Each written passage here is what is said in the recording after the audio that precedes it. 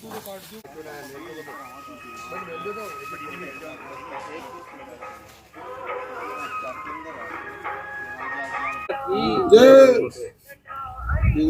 भी एक्सीडेंटल गायें हैं, सांड हैं, गौ माता के वंश में परिवार में जो भी हैं, उनकी सेवा का कृत संकल्प होकर के 24 घंटे जैसे एक पुलिस वाला ड्यूटी देता है, वैसे हमारे नवलगढ़ के युवा जो हैं वो 24 घंटे इस कार्य के लिए समर्पित हैं।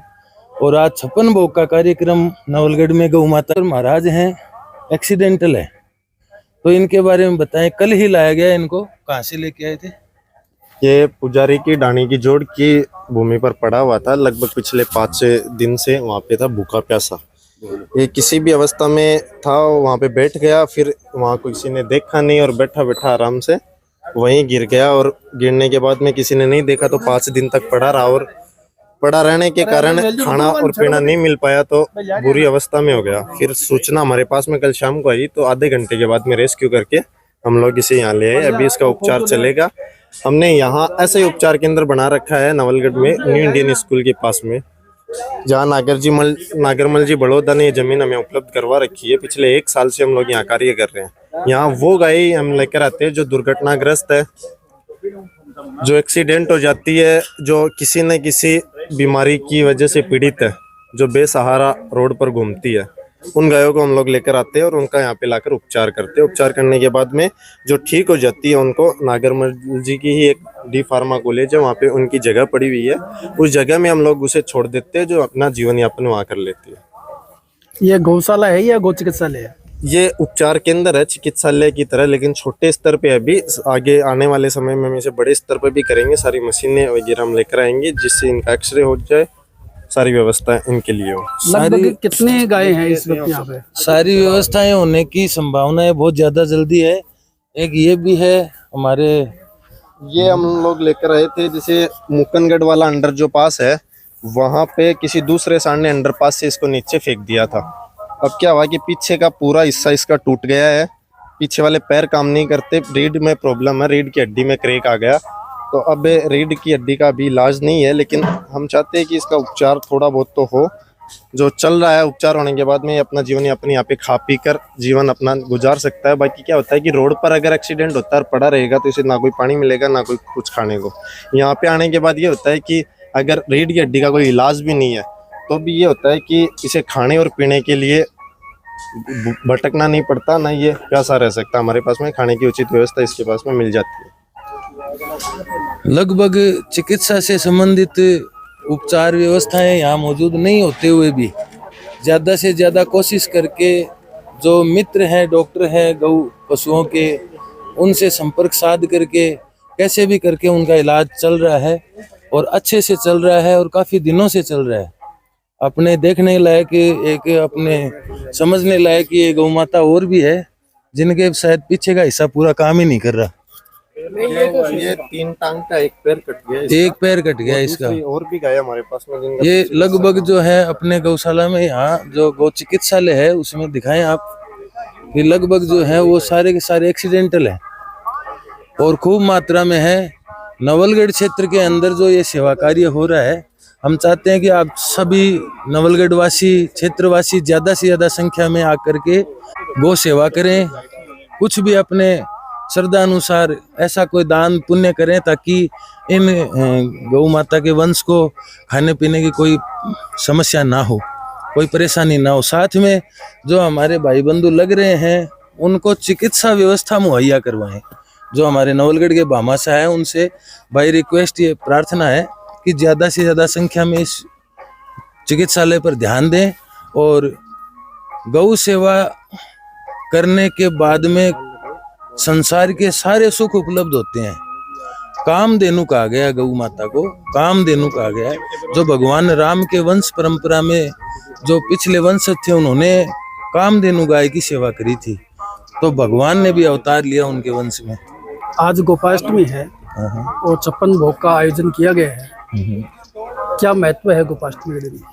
गोपाष्टमी के लिए भगवान कृष्ण के द्वारा जो सेवाएं करी गई है, उस महत्व को बताने के लिए ही गोपाष्टमी का पर्व मनाया गया कि गौ माता के लिए ही ये, जैसे हम जन्माष्टमी मनाते हैं भगवान कृष्ण की है, उसी प्रकार गौ माता के लिए हम एक तरह से जन्माष्टमी ही है। तो इसको गोपाष्टमी पर्व के रूप में इसलिए मनाया जाने लगा ताकि हम गौ माता की तरफ ध्यान दें, उनके प्रति सम्मान बढ़े और उनकी सेवा करें।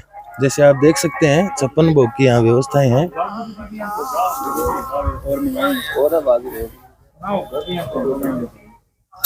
जैसे श्रीमद् भागवत कथा में गोवर्धन जी का विशेष 56 भोग का भोग लगता है ना, गोवर्धन जी की झांकी निकलती है। तो गोवर्धन का अर्थ भी यहाँ पर गायों के संवर्धन के लिए ही, संरक्षण के लिए ही भगवान ने, कृष्ण ने जो है वो गोवर्धन की पूजा करवाई थी। इंद्र देवता का पूजा को रोक करके और गोवर्धन पर्वत की पूजा करवाई, क्योंकि वहाँ गाय के लिए घास है, हरी वस्तु प्राप्त होती है खाने के लिए। तो गौ माता की सेवा के प्रति समर्पित भाव था भगवान कृष्ण का। देखिए वो 3 टांग का है, 1 टांग उनकी। तो ये ऐसे हमारे जो है निराश्रित गोवंश है, उनकी सेवा का प्रकल्प यहाँ चलाया जा रहा है। आप देख सकते हैं।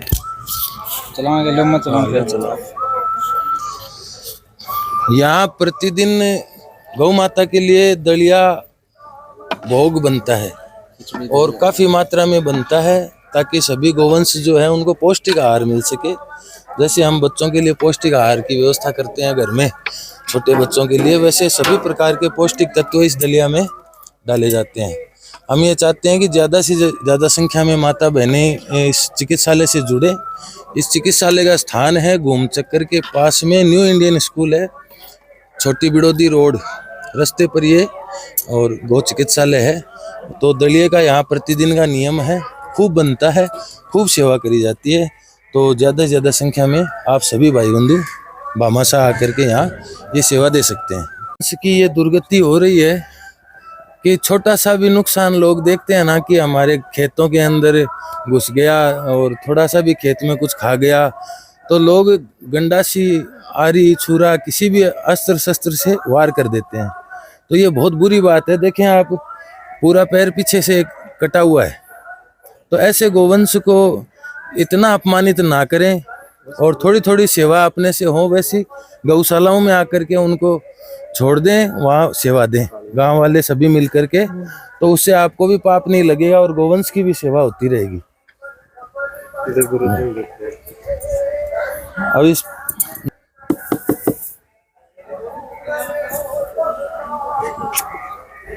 ओम शिव लिखा हुआ है, फिर भी उनके पैर काट दिए।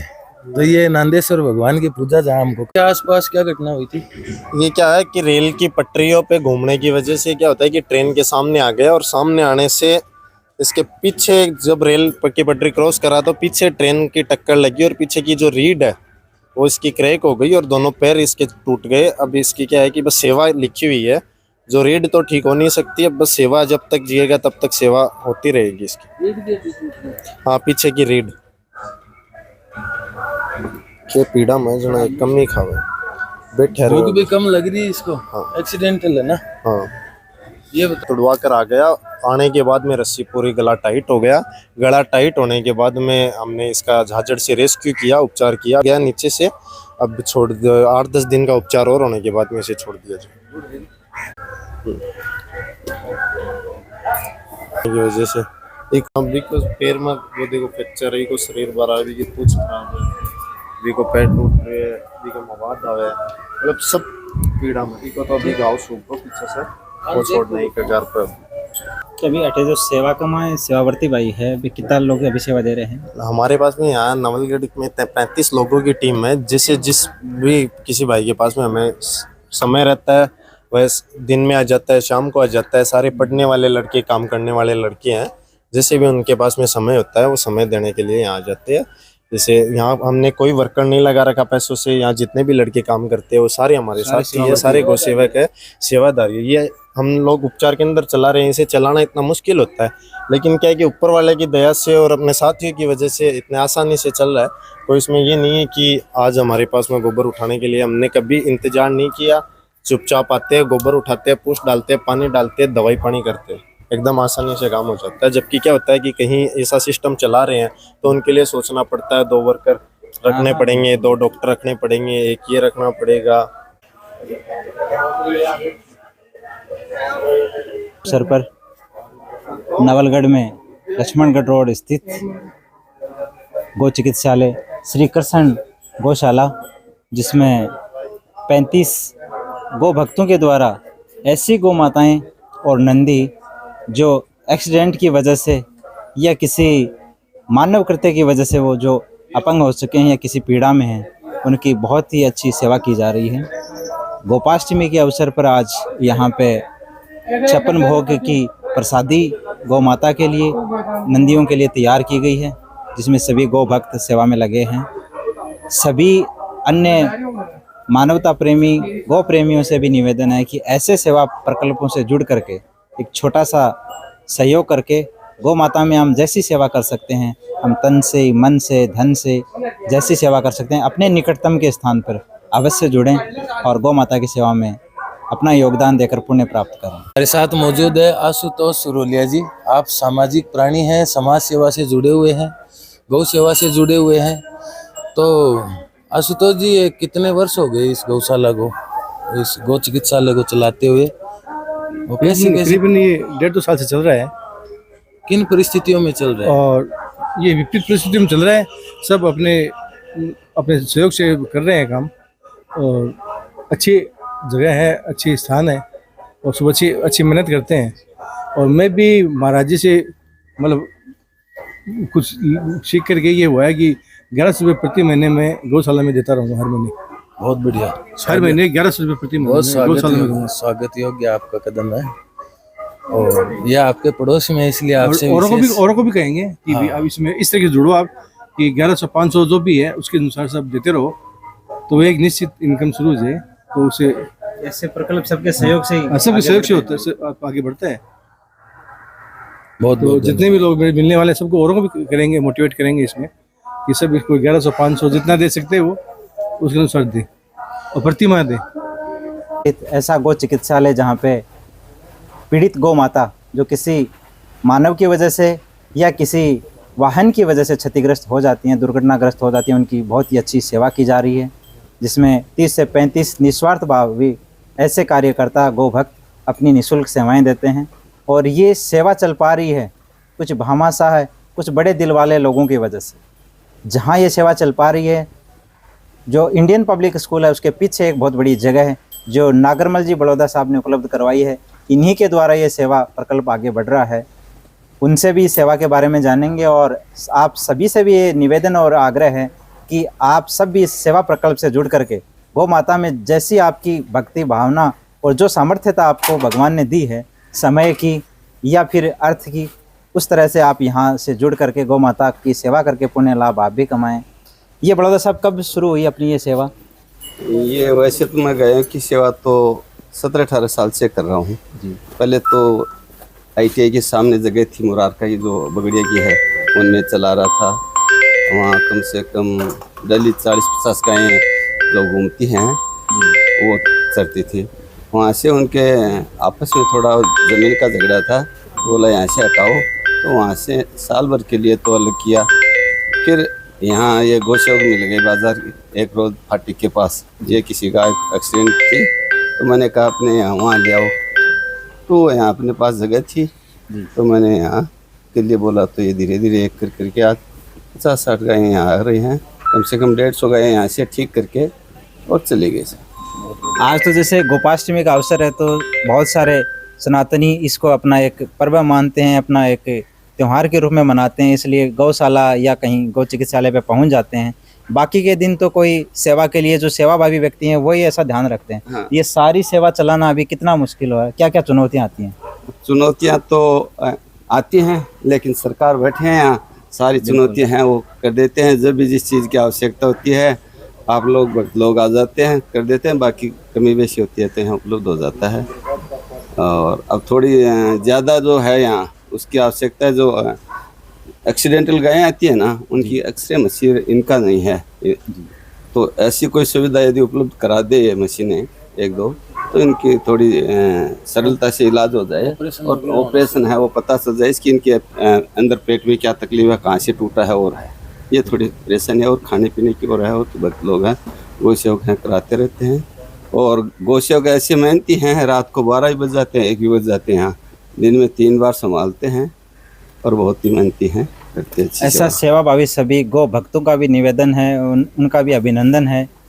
उनको जितनी उनकी तारीफ की जाए उतनी कम है। ऐसे जो ना कभी अपना नाम आगे रखना चाहते, बस सेवा को आगे रखना चाहते हैं, इन सब का भी हम आकर के अपन हौसला बढ़ाएंगे और सेवा में जुड़ेंगे तो ये सेवा और अच्छी तरह से हो पाएगी। जिन जन तक भी ये आवाज़ पहुंच पा रही है वो भी इस सेवा प्रकल्प से जुड़ें।